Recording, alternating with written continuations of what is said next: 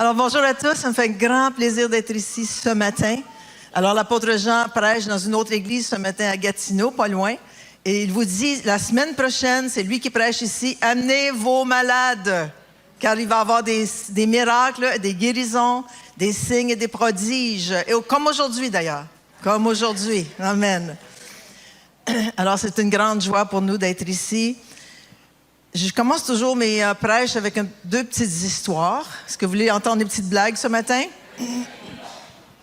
Alors, une journaliste interroge les pensionnaires d'une maison de retraite.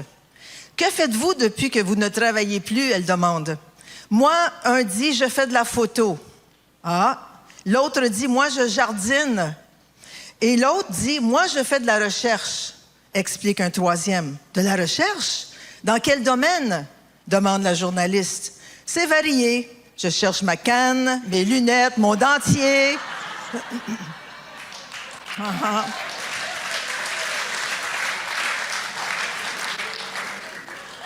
Une autre petite blague. Une femme téléphone à son mari de son lieu de vacances. « Tout va bien? » demande-t-elle à son mari. « Le chat est en forme? » Et dit non, le chat est mort. « Oh, tu pourrais me ménager, dit la femme, me préparer à cette terrible nouvelle. Tu aurais pu me dire qu'il se promenait sur le bord du balcon et bref. Et maman, elle, comment va-t-elle? » Il dit, off, elle se promenait sur le bord du balcon.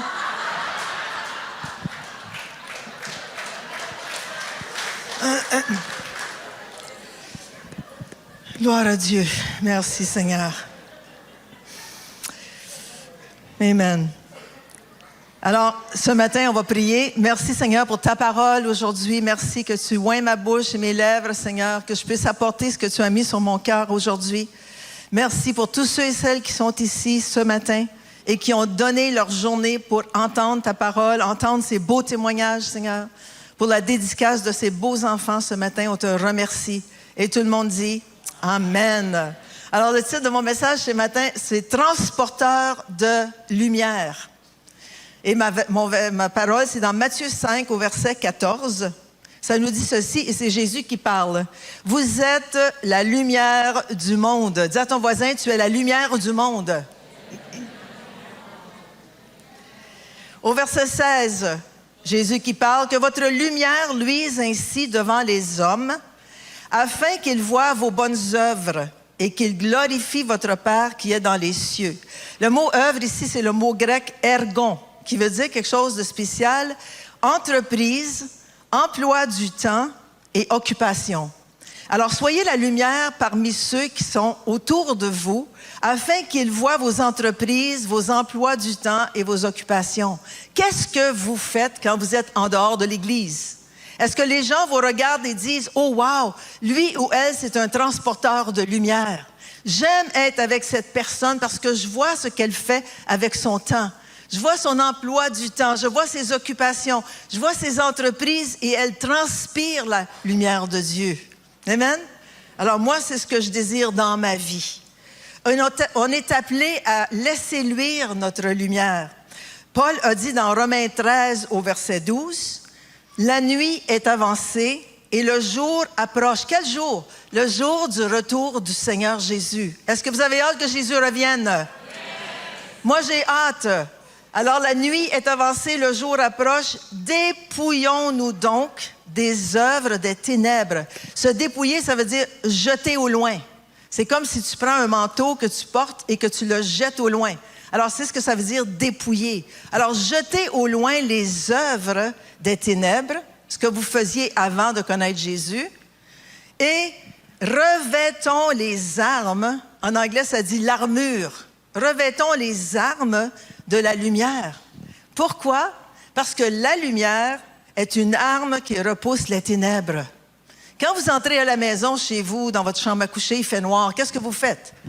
Vous ouvrez l'interrupteur et la lumière éclaire les ténèbres, n'est-ce pas? Même chose avec nous, quand on entre en quelque part, il faut être des interrupteurs. Il faut éclairer ceux qui marchent dans les ténèbres, ceux qui ne connaissent pas Jésus. C'est notre devoir en tant que chrétiens, enfants de Dieu. Un jour, j'étais chez Tim Hortons. Je ne vais pas souvent dernièrement, mais j'étais là. Puis j'étais à côté d'un monsieur qui était en train de se commander un beigne.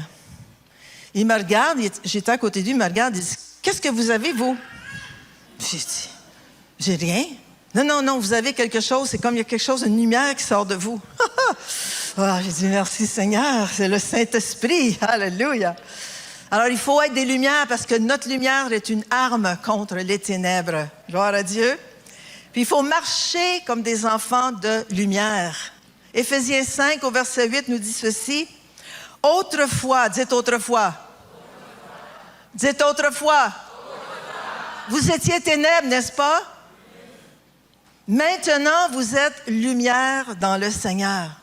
Marchez comme des enfants de lumière. Le mot marcher ici veut dire profiter de chaque opportunité pour laisser briller votre lumière parmi les ténèbres. Il y en a qui disent, oui, mais à mon travail, c'est vraiment les ténèbres. Justement, laisse briller ta lumière. Marche en enfant de lumière. Amen. Profite de chaque opportunité pour que ta lumière brille. Puis notre thème ce mois-ci et pour l'été est influence. Il faut être des influenceurs. Il faut être des gens de lumière. Des gens qui, quand ils entrent en quelque part, vont influencer les gens autour d'eux. L'influence, comme Pasteur Mathieu l'a dit depuis 2 semaines, puis je le répète, l'influence peut être définie comme le processus par lequel une personne ou un groupe de personnes peut affecter les pensées, les sentiments, les attitudes ou les comportements de d'autres personnes. Et cette influence peut être quoi? Positive ou négative. Et cette influence peut être positive. Positive de ce côté-ci? Je ne vous entends pas. Ou négative. Alors, nous influençons d'une façon ou d'une autre, mais nous, en tant qu'enfants de Dieu, il faut que nous influencions de façon positive. Amen? Êtes-vous là ce matin? Amen. Si vous arrivez au travail et qu'un de vos collègues de travail est déprimé, découragé, triste, ne passez pas juste à côté de lui et dire, écoute, arrange-toi avec tes troubles. Non. Soyez une influence positive pour cette personne-là. Dites-lui, écoute, qu'est-ce que tu as aujourd'hui? Est-ce que je pourrais t'aider? Est-ce qu'il y a quelque chose que je peux faire pour toi? Est-ce que je peux aller te chercher un café? Est-ce que je peux faire quelque chose qui te ferait plaisir aujourd'hui? Soyez une influence positive. Et vous allez voir que le monsieur ou la madame, le sourire va arriver sur son visage. On espère. Alors, tellement important d'être des influences de nos jours. Pourquoi? Car la Bible dit dans Éphésiens 5 au verset 16, « Rachetez le temps. » Pourquoi? Car les jours sont mauvais. Ça veut dire de nature et de conditions mauvaises. Ce matin, je m'en venais à l'église et je voyais toute cette fumée au-dessus de la ville et ça reflète un peu l'esprit ténébreux qu'il y a dans ce monde, n'est-ce pas? Qui espère voir le soleil percer cette fumée? Alors, nous sommes cette lumière qui est comme un soleil qui va percer à travers cette nuée de ténèbres. Amen? Racheter veut dire user sagement de toute opportunité pour faire le bien. Alors, profitons de faire le bien autour de nous du temps que l'on vit. Laissons derrière nous un héritage de bénédiction pour nos enfants. Quels beaux petits-enfants! Pour nos petits-enfants, nos arrière-petits-enfants. Combien sont arrière-grand-maman ou grand-papa ici? Combien sont arrière-grand-maman? Juste une personne dans toute la... Vous êtes tous des jeunes? Gloire à Dieu. Combien sont grands-parents? Oh, il y en a plus. Oh, ça, c'est vintage. Combien sont parents? Ah, oh boy, OK, ça, c'est la génération X.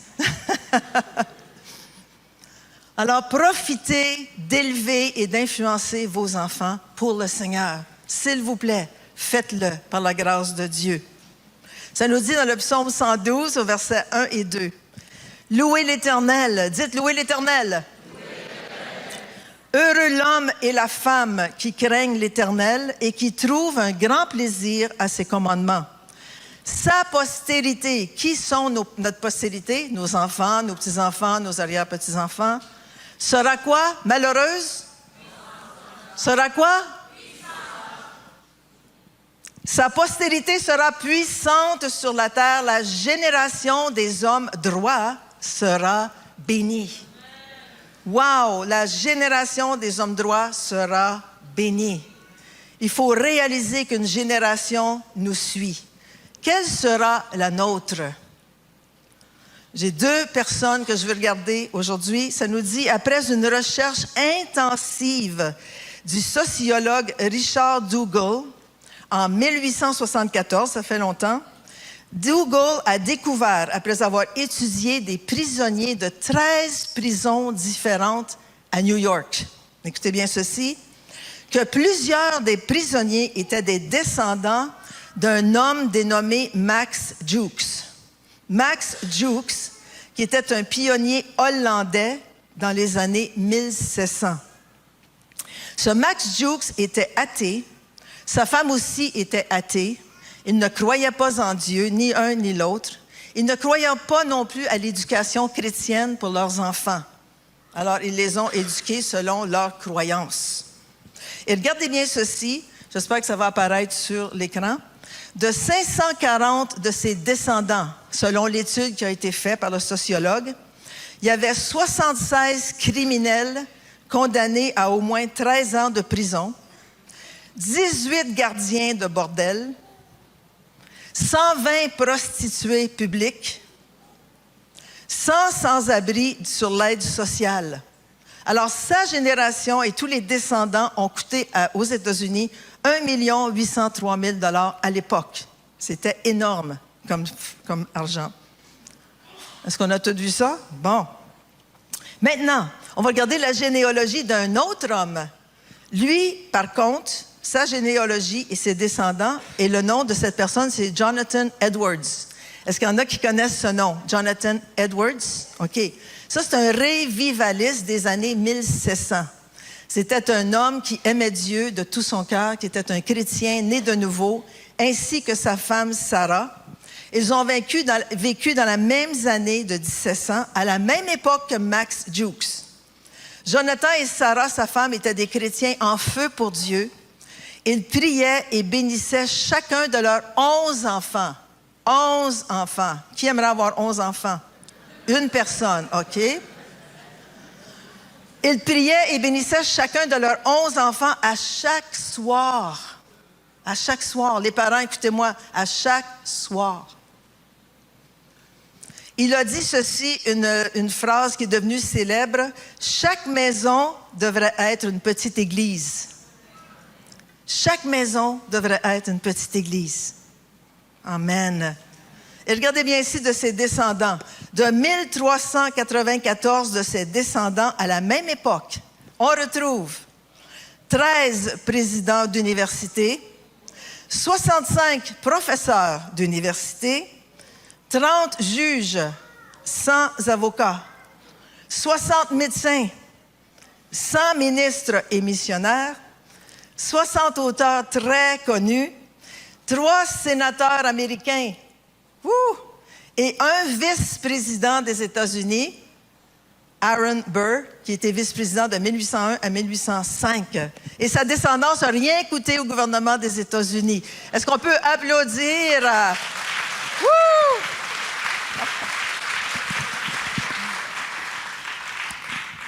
Amen. Alors, nous avons une responsabilité face à notre descendance, face à nos enfants, face à nos petits-enfants.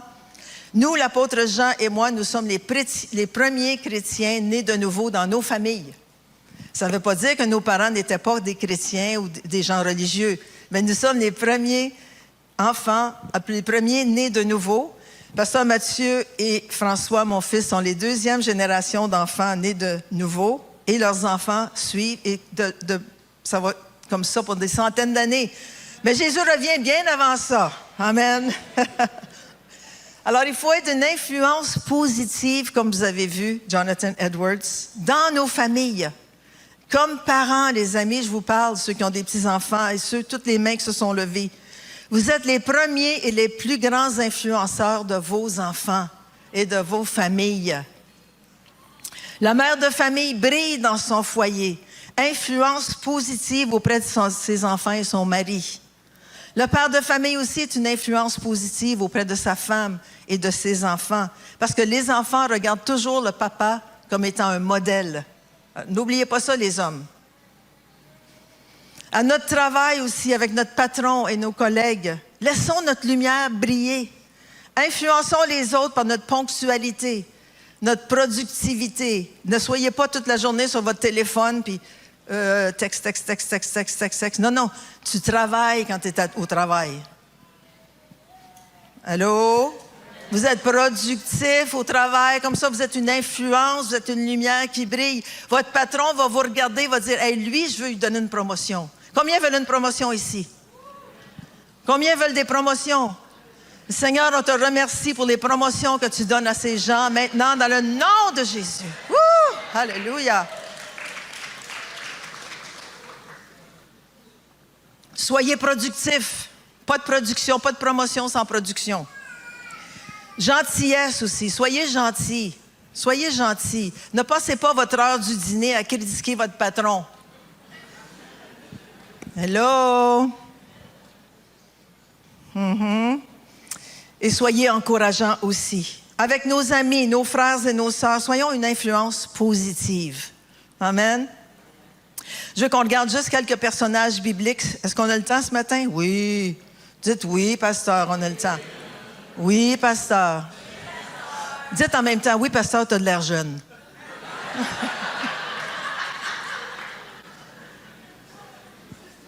Merci, Seigneur. Merci de votre encouragement. Amen. J'apprécie.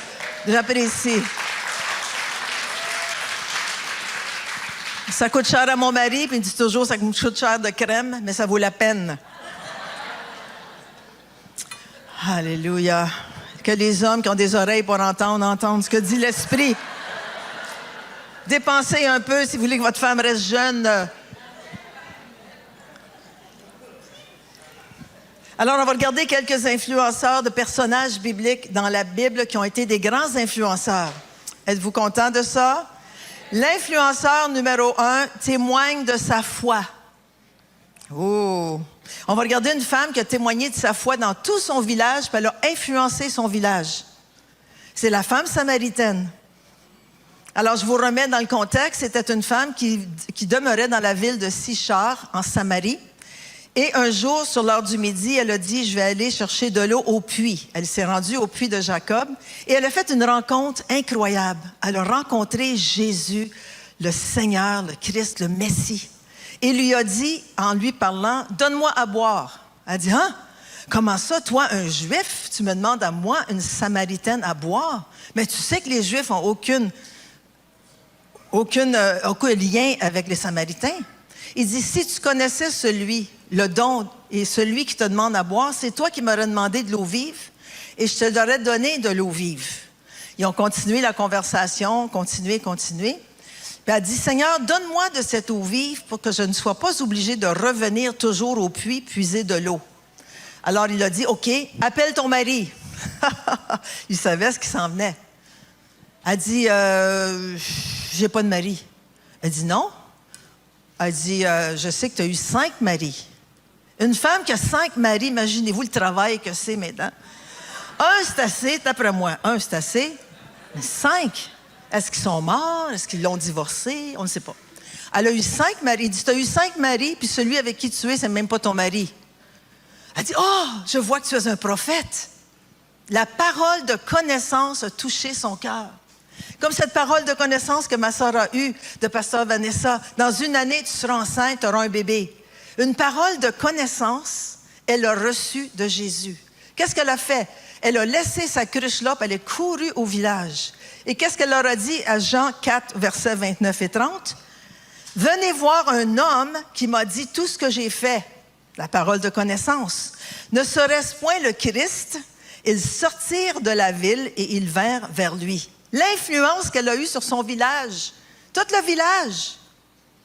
C'est comme si vous allez au centre d'achat à Orléans et vous dites, « Hey, viens voir à l'église le centre, j'ai eu une parole de connaissance dimanche.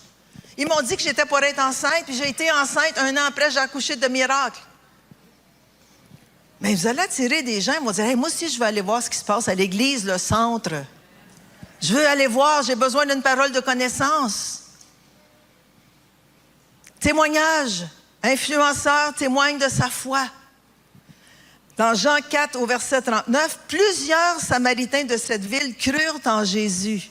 À cause de cette déclaration formelle de la femme, il m'a dit tout ce que j'ai fait. Après son témoignage, la conviction est venue sur les gens et les gens ont cru. Oui, les gens vont venir à cause que tu leur donnes un témoignage, mais les gens vont croire par eux autres mêmes ou pour eux autres mêmes. Ils vont accepter le Seigneur Jésus dans leur vie et dans leur cœur. Regardez verset 42a. Et il disait à la femme, ce n'est plus à cause de ce que tu nous as dit que nous croyons. Car nous l'avons, verset 42b, car nous l'avons entendu nous-mêmes et nous savons qu'il est vraiment le Seigneur et le Sauveur du monde. Gloire à Dieu! Quelle influence, n'est-ce pas? Quelle influence! Je me souviens quand j'ai donné ma vie au Seigneur Jésus et je commençais à aller dans des rencontres de prière. Puis pour nous, on était vraiment des païens, là, mon mari et moi, dans les ténèbres. On prenait de la drogue, on fumait, on buvait, on faisait tout ce que le monde font. Et quand mon mari a donné sa vie au Seigneur et que moi, j'ai donné ma vie au Seigneur, on est allé dans des groupes de prière. Et quand on est allé dans des groupes de prière, c'était simple. Merci Seigneur Jésus pour le soleil. Là, tout le monde répétait, merci Seigneur Jésus. Puis là, à chaque fois que quelqu'un priait, nous autres, on pleurait. Pourquoi? Parce qu'on était touchés par le Saint-Esprit. C'était pas nécessairement la prière, mais c'était l'onction qu'il y avait dans la place. On chantait des chants. Et la chose qui m'a le plus touchée, c'est quand les gens ont commencé à chanter en langue. Ah, c'était comme si on entendait des anges. Là, on pleurait. Puis moi, j'arrivais au travail le lundi matin, puis je témoignais à mon patron. Il était dans la ténèbre, dans les drogues. Puis on faisait des fleurs, puis je vous dis, quand on buvait, parce que je buvais avant, on buvait une caisse de 24 à 2 le vendredi. Alors, les fleurs, quand ils sortaient le vendredi après-midi, c'était pas beau. Mais j'ai reçu le Seigneur Jésus, gloire à Dieu! Wouhou!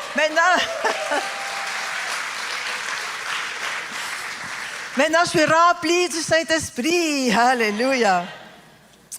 Puis je lui témoignais de ça. J'ai dit, écoute, tu devrais voir ça. C'est comme s'il y a des anges qui chantent. Puis lui, il pensait que j'avais fait une overdose de quelque sorte. Mais il écoutait quand même mon témoignage. Il n'a jamais accepté le Seigneur, malheureusement, mais bon, quand même. Tu témoignes quand même, tu persévères. Ma famille aussi nous ont beaucoup rejetés au début, mon père, ma mère. Finalement, mon père, après des années, on a été des influences pour eux. Mon père a donné sa vie. Il est parti avec le Seigneur. Il a donné sa vie au Seigneur. Ma mère aussi. Ma mère est dans une résidence de personnes âgées, puis elle cherche toujours ses lunettes et son dentier. Mais bon. Elle vient d'avoir 96 ans. Oui. Puis là, j'ai su hier qu'elle agresse les petits vieux. Là, j'ai dit, hey, c'est dangereux, ça, là.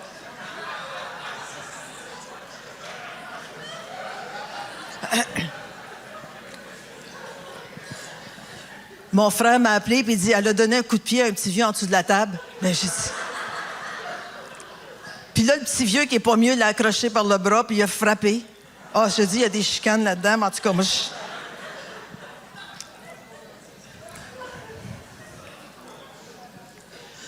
Bon, je vais revenir à ce que je disais. Mais mon père a donné sa vie au Seigneur. Ma mère, on prie avec elle à chaque fois qu'on la voit.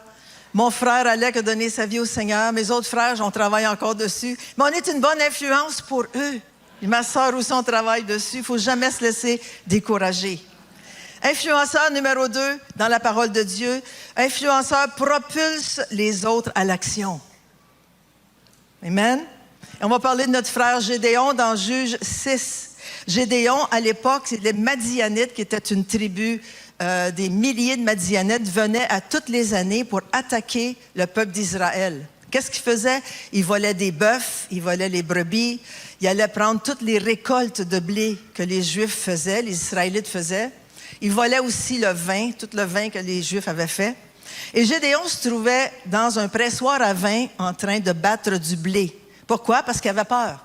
Il avait peur des Madianites. Et un ange de l'Éternel est apparu à lui puis lui a dit, « L'Éternel est avec toi, vaillant héros. » Héros, je suis caché dans un pressoir à vin et je suis en train de battre du blé. Il dit, « Oui, tu es un vaillant héros. » Il dit, « Non, non, je suis plutôt un vaillant zéro. » Il dit, ma famille est la plus pauvre en Manassé et je suis le plus petit de ma famille. Parce que les enfants, à l'époque, le plus considéré, c'était le fils aîné. Un peu comme ici, c'est la force du père, c'est le fils aîné. Mais lui, c'était le plus jeune ou le plus petit de la famille. OK? Dans Juge 6, au verset 14, le Seigneur l'encourage à combattre les Madianites. Il dit, je ne peux pas le faire. Il y a une grande discussion. Puis au Juge 6, verset 14, l'Éternel se tourna vers lui, Gédéon, et dit, va avec cette force que tu as. Délivre Israël de la main de Madian, n'est-ce pas moi qui t'envoie? Alors, quand le Seigneur nous envoie, quand il nous propulse à faire quelque chose pour son royaume, il va être avec nous. Et on va devenir des influenceurs avec l'aide de l'Éternel. Regardez bien ceci. Gédéon a rassemblé autour de lui ceux qu'il devait rassembler. Tout à coup, il y a eu une force qui est venue en lui. Il est devenu un influenceur. Regardez bien ceci dans Juge 6, au verset 34 et 35. Gédéon fut quoi? Gédéon fut quoi? Revêtu de l'Esprit de l'Éternel. Alors, l'Esprit de l'Éternel est venu sur lui comme un vêtement. Et quand l'Esprit de l'Éternel est venu sur lui, il y a eu une force qui est venue aussi sur lui. Il sonna de la trompette. Regardez bien ceci. Et Abiézer fut convoqué. Ça, c'est son clan. Okay? Le clan d'Abiézer, son clan proche, sa famille, pour marcher à sa suite. 35. Il envoya des messagers dans tout Manassé. Manassé, c'était sa tribu. Alors, il y a son clan. Il influence son clan, sa famille proche. Il influence sa tribu, Manassé, qui fait partie d'une des 12 tribus d'Israël, qui fut aussi convoqué pour marcher à sa suite. Il envoya des messagers où? Dans Hazer, dans Zabulon et dans Nephtali. 3 autres tribus d'Israël. Alors, c'était plus simplement juste Gédéon. Il a influencé sa famille, son clan qui était proche. Il a influencé sa tribu, Manassé, puis il a influencé les 3 autres tribus du nord d'Israël. Ils sont tous venus combattre les Madianites. Et, savez-vous quoi? Ils ont gagné. Allô? Ils ont gagné. Woo! Nous avons l'Esprit de Dieu en nous. Combien plus on doit être des influenceurs qui propulsent les autres à l'action. Êtes-vous là ce matin? Est-ce que vous vous endormez? Non. Est-ce qu'il y en a qui dorment en arrière? Non. S'il y a quelqu'un qui dort, là, réveille-le. Comme le pasteur qui dit au monsieur à côté de celui qui dormait pendant sa prédication. Vous la connaissez, celle-là? Il dit, réveille donc le monsieur à côté de toi qui dort. Le monsieur de lever la main, il dit, viens de réveiller toi-même, c'est toi qui l'as endormi.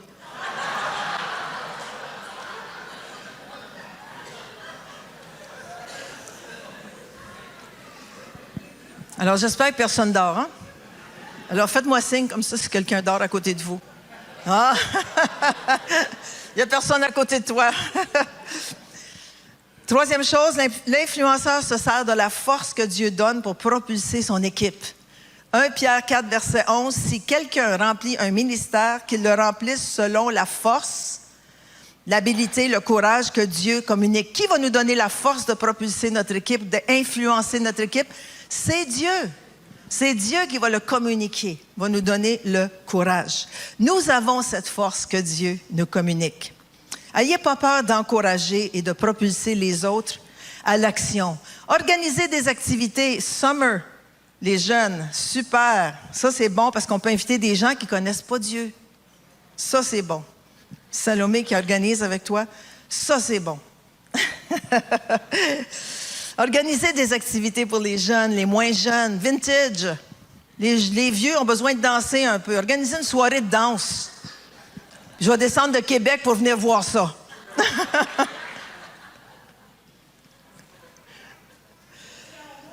All right, Sylvie. Où est-ce qu'elle est? Ah, t'es en haut. Bon, tu me tiens au mot, hein? OK. Bien, vérifie avec moi si je viens à Ottawa avant. Puis... Ayez pas peur de rassembler les gens, d'organiser, d'influencer, d'être positif, avoir du plaisir. C'est pas toujours juste... Non!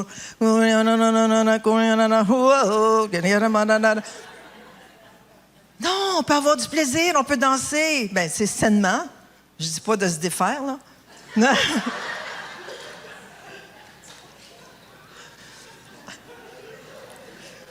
Mais je dis danser dans la joie du Seigneur avec plaisir et joie. Des fois, mon mari et moi, on danse dans la maison. Vous ne voudriez pas voir ça, là, mais bon. C'est le fun, c'est le fun. On ne vit pas une vie chrétienne ennuyante puis vraiment pénible. Non. Nous autres, ça fait 46 ans qu'on est chrétiens, alors on a tout vu. On a tout vu. Bon, on continue. Bon. Alors, cette Église est bien organisée. Je pense qu'on peut applaudir les pasteurs. Vraiment, ils font un travail incroyable. C'est Dieu qui leur donne la force, l'habilité et le courage pour le faire. Amen. Quatrième chose, l'influenceur laisse tout pour suivre sa destinée. Et le personnage biblique que je veux mentionner ici, c'est Ruth. Ruth a été influencée par sa belle-mère Naomi. Vous connaissez l'histoire? Naomi était veuve et en plus, ses fils étaient décédés et elle était restée seule avec ses 2 belles-filles. Là, il faut comprendre qu'en Israël, les jeunes filles se mariaient, écoute ça Salomé, 14-15 ans. Puis Salomé, la petite fille qui se mariait à 14-15 ans, allait vivre avec sa belle-maman. Ah! Et c'est la belle-maman qui continuait l'éducation de sa fille ou sa belle-fille, parce qu'elle était encore très, très jeune. Alors, ce qui est arrivé, c'est que Ruth et et l'autre qui restait là, Orpa, ont été avec la belle-maman parmi tout ça. Elle est devenue veuve, les fils sont morts, etc. Puis là, elle a su qu'à Bethléem, la famine était terminée. Elle a dit, je retourne à Bethléem. Vous, les filles, je vous aime, mais retournez dans votre famille, votre père, allez vers vos dieux, allez vers votre peuple. Et on sait qu'Orpa est partie, mais Ruth a dit ceci. Elle était influencée par sa belle-mère. Regardez bien ceci. Ruth répondit à sa belle-mère Naomi, « Ne me presse pas de te laisser et de retourner loin de toi. Où tu iras, j'irai. Où tu demeureras, je demeurerai. Ton peuple sera mon peuple. » Et voici sa confession de foi. « Ton Dieu sera mon Dieu. » L'influence de sa belle-mère sur sa belle-fille. Elle a suivi sa belle-mère jusqu'à Bethléem. Elle est allée travailler dans le champ d'un dénommé Boaz. Et qu'est-ce qui est arrivé? Ruth, qui était une jolie femme, a regardé Boaz puis a dit, « Oh, je sais pas, là. Il est peut-être vieux, mais il est riche. » C'est pas nécessairement ça qui est écrit dans la parole de Dieu, mais moi, étant une femme, sa belle-mère a dit, « Inquiète-toi pas, je vais t'organiser ça, moi. Boaz, c'est le plus riche de Bethléem. C'est lui qui a tous les champs alentours. Puis c'est lui qui a droit de rachat sur toi. » Fait que là, on connaît l'histoire. Ruth a marié Boaz. Il était vieux, mais c'est pas grave, il était riche. Puis là, elle a eu un petit garçon.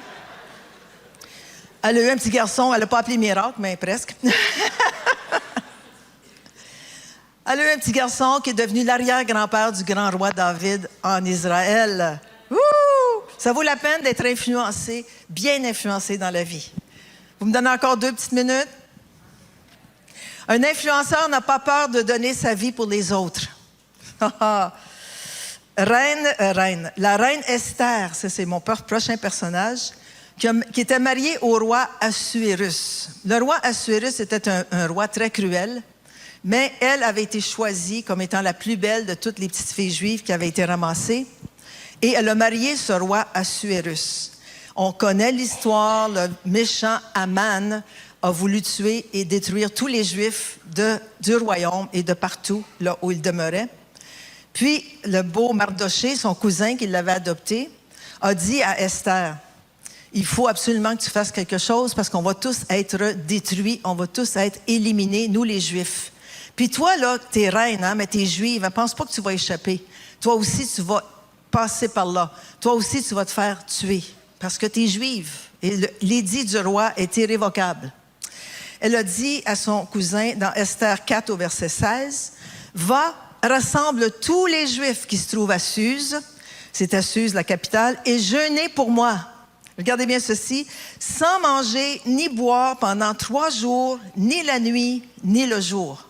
Alors, elle a commencé à faire quelque chose. Elle a dit, oui, il faut que je fasse quelque chose. Alors, elle était une influence pour son cousin Mardoché, comme Mardoché était une influence pour elle. Fais quelque chose. Je jeûnerai, moi aussi, je jeûnerai de même avec mes servantes, puis j'entrerai chez le roi, malgré la loi. Quelle loi?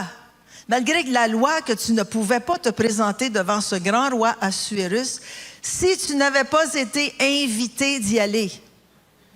Et le roi avait une reine, qui était la reine Esther, avait probablement d'autres princesses et d'autres concubines qui n'avaient absolument pas le droit de se présenter devant le roi. Sans ça, s'il se présentait sans permission, il pouvait se faire couper la tête. Alors, vous imaginez comment la pression était forte sur cette femme d'aller se présenter devant ce beau grand roi, violent, mais en fait qu'il l'aimait. Elle a dit ceci, « Et si je dois périr, je... » Si je dois périr, je... Elle n'a pas eu peur même de donner sa vie pour ses compatriotes, pour les Juifs. Amen? Et on connaît l'histoire qu'elle est allée, elle s'est habillée. Écoutez, les femmes, là, quand vous dites, c'est peut-être la dernière fois que je m'habille, je vais m'habiller comme il faut. Alors, elle a mis sa belle grande robe, toute en paillettes, avec ses souliers en or. Elle s'est fait faire les cheveux par ses servantes. Elle s'est fait maquiller au maximum. Les yeux, les beaux grands cils, le rouge à lèvres. En tout cas, elle était belle. Elle avait mis du parfum, là. Du parfum qui pouvait se sentir à 15 pieds là-bas. Nous, on appelle ça du parfum d'élévateur. Êtes-vous déjà allé dans l'élévateur, puis il y a des femmes qui ont du parfum, là, qu'elles jettent au Walmart, là, style. Oh. En tout cas, elle avait mis son beau parfum, puis elle s'est tenue là dans la porte. Et le roi était assis sur son trône, puis quand il l'a vu, il a fait... Elle était tellement belle, là, que le roi était là. « Wow! Ça fait longtemps que je ne t'ai pas vue, ça fait 30 jours. » Puis là, il y avait le choix. Est-ce que je la tue? Ou si je lui donne mon sceptre d'or? Qu'est-ce que vous pensez qu'il a fait? Il a pris son sceptre d'or, puis il l'a tendu, puis là, elle a dit, oh, elle est venue, elle a pris son sceptre d'or, puis elle a été sauvée, ainsi que tout le peuple juif. Wow! Alléluia!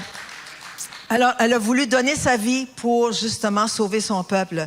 La même chose pour nous, on donne notre vie à Jésus, puis on est sauvé. Gloire à Dieu. Et le dernier, l'influenceur parle la vie en quelqu'un d'autre. Parle la vie. Qu'est-ce qui sort de votre bouche? On parle la vie. Comme lumière du monde, comme transporteur de lumière, il faut parler la vie. Amen? Et on regarde le personnage biblique, Anne. Anne, qui était la maman du grand prophète Samuel. Quand elle allait à Silo avec son mari Elkana et la femme de son mari, vous savez, les hommes, une femme, c'est difficile, mais essayez pas d'en avoir 2. Ça, c'est encore plus difficile. Il y avait Anne, qui était stérile, puis il y avait Pénina, qui avait plein d'enfants. Et alors, l'une était toujours après, pas taquiner, mais vraiment la faire fâcher parce qu'elle n'avait pas d'enfants, elle. Alors, Anne était stérile et très découragée. Puis un jour, ils sont allés à Silo avec son mari Elkana et sa rivale Pénina, qui la harcelait continuellement.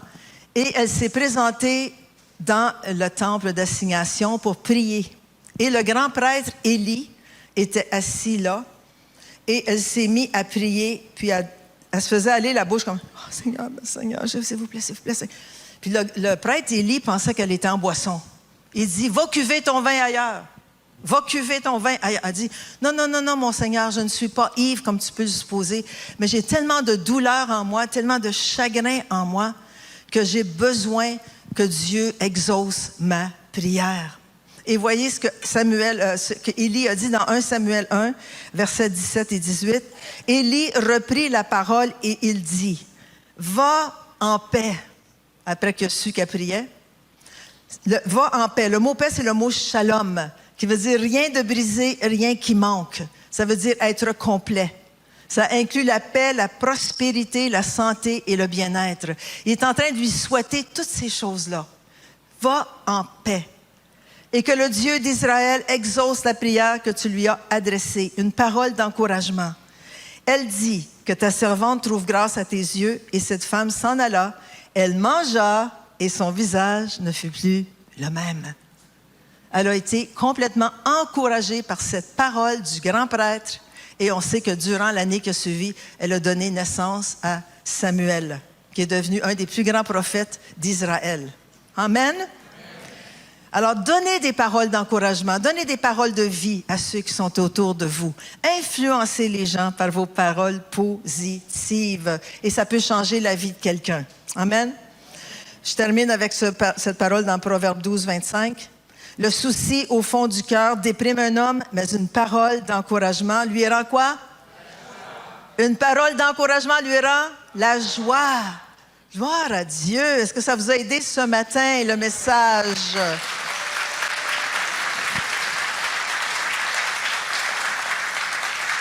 Alors, je répète les points. Un influenceur témoigne de sa foi. Un influenceur propulse les autres à l'action. Un influenceur se sert de la force que Dieu donne pour propulser son équipe. Un influenceur laisse tout pour suivre sa destinée. Un influenceur n'a pas peur de donner sa vie pour les autres.